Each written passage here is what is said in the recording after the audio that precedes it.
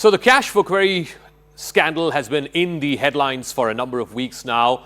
The allegations are centered around TMC MP Mahua Moitra. The allegation against her is that she got cash and kind gifts for questions that she asked as a member of parliament. The allegations first came to light by Supreme Court lawyer Jai Anant, who was known to Mahua Moitra, and then they had an acrimonious fallout after that. And then subsequently, those allegations were corroborated by a businessman friend, Darshan Hiranandani. Now, joining us is the person who is in the hot seat, who has to fight these allegations against her. Mahua Moitra, TMC MP, is now joining us here on CNN News 18. Thank you very much, Mahua, for speaking with us on the program. The allegation against you is that you received cash and expensive, luxurious gifts in lieu of questions that you asked as a member of parliament on behalf of your businessman friend Darshan Hiranandani. Let's deal with the cash part first. The allegation from Mr. Jai Anant in his complaint to the CBI is that you received cash to the tune of 2.745 crore rupees at different points of time for different reasons for these questions that you asked as a member of parliament. How do you respond to these specific allegations? Zaka, thanks for having me on the show. The most important thing to start, the starting point, why are we sitting here today? We're sitting here today because somebody I had an acrimonious personal relationship with chose to make a complaint, a fake complaint, and take it to Mr. Nishikant Dubey, one out of 543 MPs whose public fallout with me and feud with me over the past 3 years over his fake degree is well known. Chose to take it to him. Together they leaked it to the press. And then there has been an affidavit which has been given suo moto by a friend of mine, which is apparently corroborating this. So like you said, what is the seriousness of the query against me? The first question is, it's cash. Cash is very serious. What does he say? That I have taken 2 crores and some 75 lakhs for 2 crores and 75 lakhs. The first important thing is this, that the complainant says I have taken 2.75 crores. Where is the evidence? Anybody can say anything. Any ex-wife, any ex-partner, any ex-daughter-in-law, anybody you know, Zaka, tomorrow your ex-wife can come and say Zaka has taken 5 crores for putting Mahua Moitra on the show and attacking Narendra Modi. There has to be this much to back it up. There is nothing in the affidavit and no documentary evidence to prove ever that 1 rupee of cash has changed hands. Number one, the complainant was called by the ethics committee. He has deposed before the ethics committee. He was asked 14 times to provide proof of cash. He could provide nothing. 2.75 crores is not a small amount of money. If he was aware of such a large amount of money that I had allegedly received, where are the details? Where is the proof? It's just shooting Mahua, in the air. In the affidavit that Mr. Hiranandani has also filed, he says that he has been extending you favors. One second, we're talking on cash. 1 second, Zaka. Let's talk on the cash part. Let's not dump everything else. Let's not fall into Nishikant's trap. Let's not dump everything else. So we're talking about cash, we're talking about kind. We're on the cash part. So the complainant talks about 2.75 crores in cash. When we come to this affidavit of Darshan Hiranandani's, does it mention the word cash? Does it mention the word cash? It does say. So the most serious charge of all. 1 second, hold on. We have to do it. Just give me 1 second. Let me read from the affidavit. It says, and I quote from paragraph 12, the demands that were made of me and favors that were asked included gifting her expensive luxury items, providing support and renovation of her officially allotted bungalow, travel expenses, holidays, etc., apart from providing secretarial and logistical help. So it seems like a lot of money, a lot of expensive gifts were given to you by your friend Mr. Hiranandani. 1 second. Zaka, 1 second. We are talking on the cash part. Wait, this is a hit job. Let's talk about the cash. The most serious is cash. The most serious is cash. This is a fake complaint put in where the complainant has said I've taken 2.75 crores in cash. Is this a small amount? There is not an iota of proof. I just read somewhere that in 2014, one of the complainants who forwarded the letter, his own wife was apparently accused of blackmailing somebody for 2 crores. Is there an iota of proof? Where is the proof in this? No, but what about what has been said in the complaint? 1 second, we'll do it one by one. Okay. Let's do this. let's do this one by one. Let's demolish this one by one, Zaka. Let's talk of cash. He's talking of cash. That's the most serious. He's talking of cash. This complainant is a history of an acrimonious relationship with me in the past. He comes out, he gives it to Nichikant Dubey. They can't prove squat.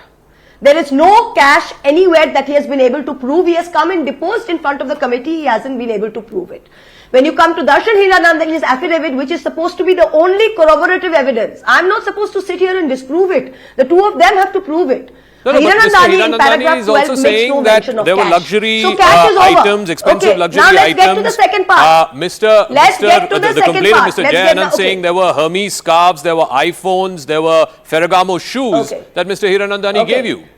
Did he or did he not? Okay, 1 second. Now 1 second. 1 second. 1 second. Again, so the cash is out the window. Let's demolish this one by one, Zaka. Please. That's very, very important. Very important. This is not a kangaroo court. The ethics committee might be one, but this media trial that I've been subjected to, it is your duty to listen to my side of it. Sure. So the complainant then says, you've got 1, 2, 3. Let's start with. He says, I've got emerald necklaces, 35 pairs of shoes, expensive wines, blah, blah, blah. If Darshan Hiranandani is the approver, so-called approver, where is the itemized list of things that he's given me?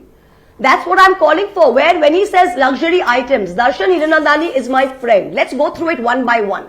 Luxury items he has given me. The only thing he's ever given me 3 or 4 years ago on my birthday was one Hermes scarf. The other thing he's bought to me when he comes from Dubai is some Bobbi Brown makeup. Those are the only 2 things that he's ever given me in kind. The third thing we come to is travel expenses. In terms of travel expenses, my domestic tickets are paid for by my quota. I don't travel anywhere else anyway. And when he talks of travel expenses, the only thing he's ever given me is when I go to Bombay is a car and driver. Right? I've said that before and I'm saying that now. The third thing we're talking about is the renovation of the house. This house that I'm sitting in, which I spoke about yesterday as well, is my official allotted bungalow, 9B Telegraph Lane. The only people who have worked on the renovation of this bungalow is the Central Public Works Department, CPWD. Darshan Hiranandani owns a real estate business. When I got this house in 2020, I asked him to ask his architects to give me a drawing as to how I could open it up a little bit more and let in more light and change the doors and windows in keeping with Vastu. Can you please put in a drawing? Darshan gave me a drawing. I have taken that drawing and given it to CPWD. CPWD did the house. The only 4 things Darshan has ever given me is makeup, 1 Hermes scarf for my birthday, a car and driver when I've gone to Bombay, and an architectural drawing which the CPWD has done. But how do you explain, ma'am, the same person that you said, by your own admission, gave you 1 Hermes scarf and then car and driver whenever you go to Bombay, etc., etc. That same person had access to your parliamentary login credentials and was logging in questions on your behalf. 1 second. Isn't that a breach of trust? What access do I have with my... 1 second, please, let's go through. Darshan Hiranandani was my friend. Darshan Hiranandani I have known from before I was an MP. I have put in 62 questions. Please understand this question of this parliament login. Everyone's acting when they find that there's nothing on the cash, they are going in on the parliament login like it's some big national nuclear code that every MP is given. Please understand this very clearly. Every MP is given 2 password and login. One is the mahua.moitra@sansad.nic.in that every government employee in India gets, and a password for that. I have not given that. The second login that you get is the login for the Lok Sabha portal. All that one can do with that login is to put in your questions and file your travel expenses. Out of 543 MPs, not a single MP puts in their own questions. The training for putting and using the portal is given to your PAs, to your interns and to your PRS lamps. Who are PRS lamps? PRS is a private agency which provides interns for parliamentary assistance for MPs. Every single PRS lamp comes for 3 months or 4 months, puts in questions, has access to this portal. Every single MP, not one. I am one of the few MPs that even wrote their own questions. Darshan was my friend. I have a remote constituency. I told him in 2019, can you have someone in your office whenever my questions come in that I send it across, the guy types it in. The most important thing to remember is unsupervised accessed and supervised accessed. You're trying to create the impression that Darshan was putting in questions on his own. You are not denying the fact that Mr. Hiranandani had access to your parliamentary login portal to file questions on your behalf. You're not denying that. There is an OT. He did not put in questions on my behalf. Somebody in his office, I used as a typist to put in my questions. They were my questions. My telephone number is given as the OTP. My telephone number. When the person typed it in, before you submit it, he would call me and said, has the OTP come to your phone? My phone number is given. Out of 543 MPs, probably 540 MPs do not even have their own mobile number. NIC, you can till today, you can put in a question where you can write it by hand and give it in, and or you can give it in on the NIC login. If I were to just write it today and give it in, nobody would be any the wiser. But there are no rules in you NIC don't reckon login that as it to is who a you can breach give of your parliamentary portal to. privilege, a breach of faith of your electors? Not that, at all. That a There are corporate not leader at had all. access to your parliamentary login. That's not a breach of faith, a breach of parliamentary privilege. Not at all. I have used a secretary in my friend's office to type in my questions which I have given to use, and the OTP has come to my phone. Nobody can put in even one question without my permission because the OTP has come to my phone. If it is a breach of parliamentary privilege, then 543 MPs are in breach of parliamentary privilege because nobody puts in their own questions, and there are no rules of NIC. So, Mahua, you say that the complainant, Mr. Jay Anand, has an axe to grind with you. You were in a personal relationship. You had an acrimonious fallout. Yes. Fair enough. But by your own admission, Mr. Darshan Hiranandani is a friend of yours. Why has he corroborated the complainant's version of events? Why? Mr. Darshan Hiran, what has he corroborated? Mr. Darshan Hiran, this is a hit job. Please understand this. Does anyone in their right mind put up their hand? This is some lunatic who's put in a complaint against anyone. Why would any businessman put up his hand and said, I want to give a suo motu affidavit? Have you ever heard of this? This is a BJP hit job. Get somebody who's in an acrimonious personal relationship with me to go to Nishikant Dubey, who's the only person who they can find to do all this kind of dirty work for them. So get him to get in there, leak it to the press and run a media trial. Then go to Darshan Hiranandani, who is in business, put a gun to his head and listen, you need to help us frame Mahua Moitra. If you don't do this, we will shut down your businesses. Darshan Hiranandani, you can argue on the details, the list is not mentioned, so on and so forth, but he is corroborating the expensive luxury items, favors that were asked, the renovation of your, support on the renovation of your bungalow, travel expenses, etc. What is his vested interest in putting out this statement against you, as you said, he's a friend of yours. So that's exactly what I'm asking. What is the quid pro quo? What is the quid pro quo in this? What is the quid pro quo? Why would I am fighting Adani? I am standing up and asking Adani. No one needs to pay me to ask questions on Adani. What is the problem here? That I have taken cash for questions and Darshan has attacked Adani. I would pay Darshan to attack Adani, not the other way around. That he represents a corporate house whose interests clash with that of the group that you just mentioned.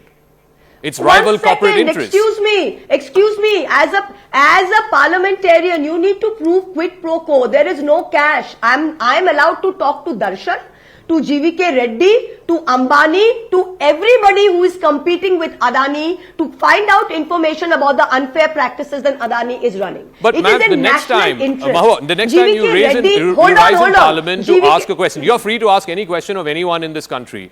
When you rise in Parliament to ask a question of this corporate group, and as you say, the alleged proximity of this corporate group with the Prime Minister, you are being accused of the exact same thing. That you are proximate to another rival corporate group against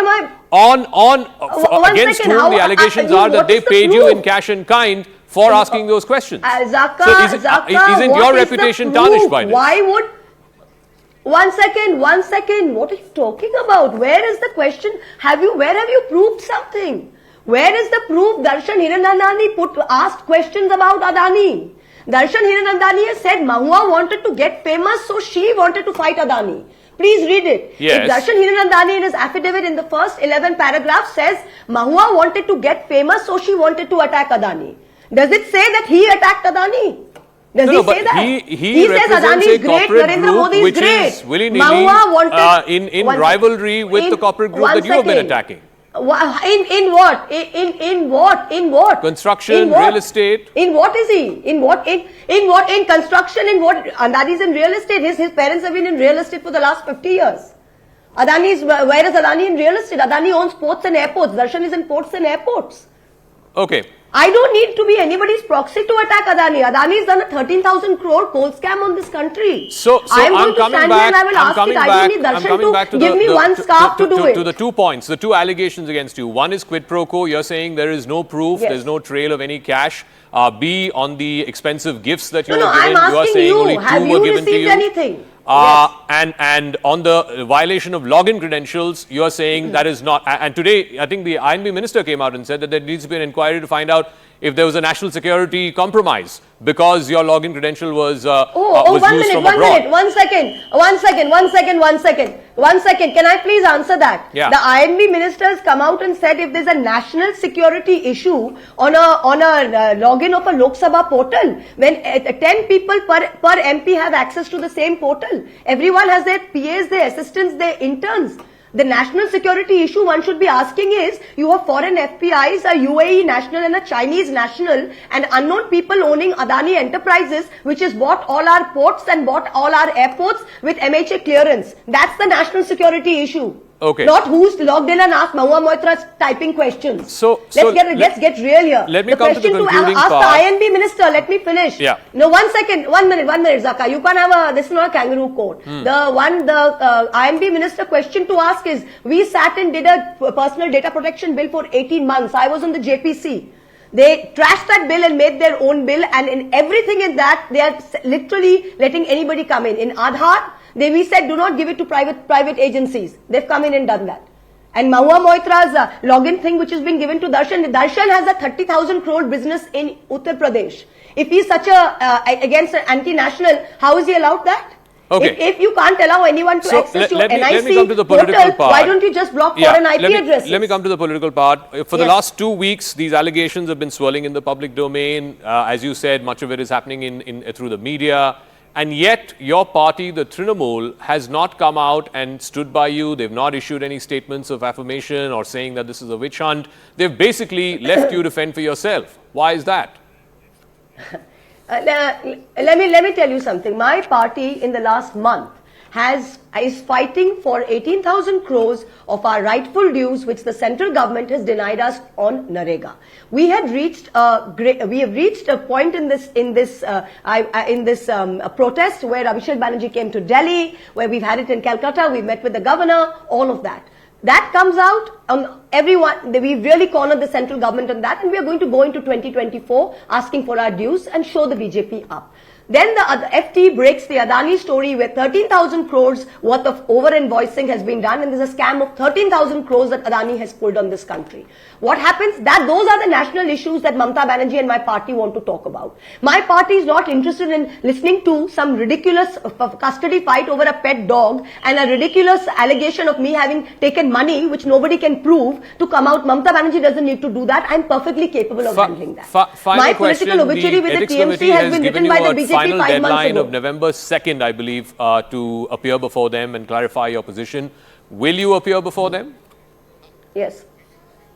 Look, I've asked the ethics committee right up front. The rule is when there is a complaint, the accused is called first. When Danish Ali complained against Ramesh Biduri for a much larger issue, which is of hate speech, which is tearing this country apart, Ramesh Biduri, Danish Ali as the complainant was not called. It's exactly the same branch. The letter is issued by the Privileges and Ethics branch. When Danish Ali made a complaint against Ramesh Biduri, Danish Ali as the complainant was not called, only Ramesh Biduri was called on the 10th of October. He said, I am campaigning in Tonkin, Rajasthan, until today has not appeared before the committee.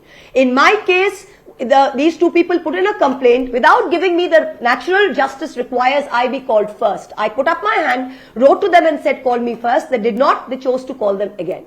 They called them first. I then said that I have got Vijayadashami programs. Please call me after the 5th. In spite of that, they have written a letter. This is a kangaroo court from beginning to end. From beginning to end, this doesn't even belong in the ethics committee. This is the rules of the ethics committee, and the ethics committee tells you very clearly what its remit is. The remit is that ethics is a very broad definition. It is to do with morals. It is to do with morals, morality of character, and rules of behavior, of propriety. It is not legalistic or technical and cannot be enforced. This is what the ethics committee says. What is the ethics committee of the Indian Parliament and what is the Indian media doing judging acrimonious personal fallout over a pet dog? Okay. I've got to leave it at that. Thank you very much, Mahua Moitra, for joining us and taking those tough questions. Like I said, the Ethics Committee has given her a deadline of November 2nd. Whether or not she appears, that we will wait and see. For the moment, thank you very much for tuning in to this special interview.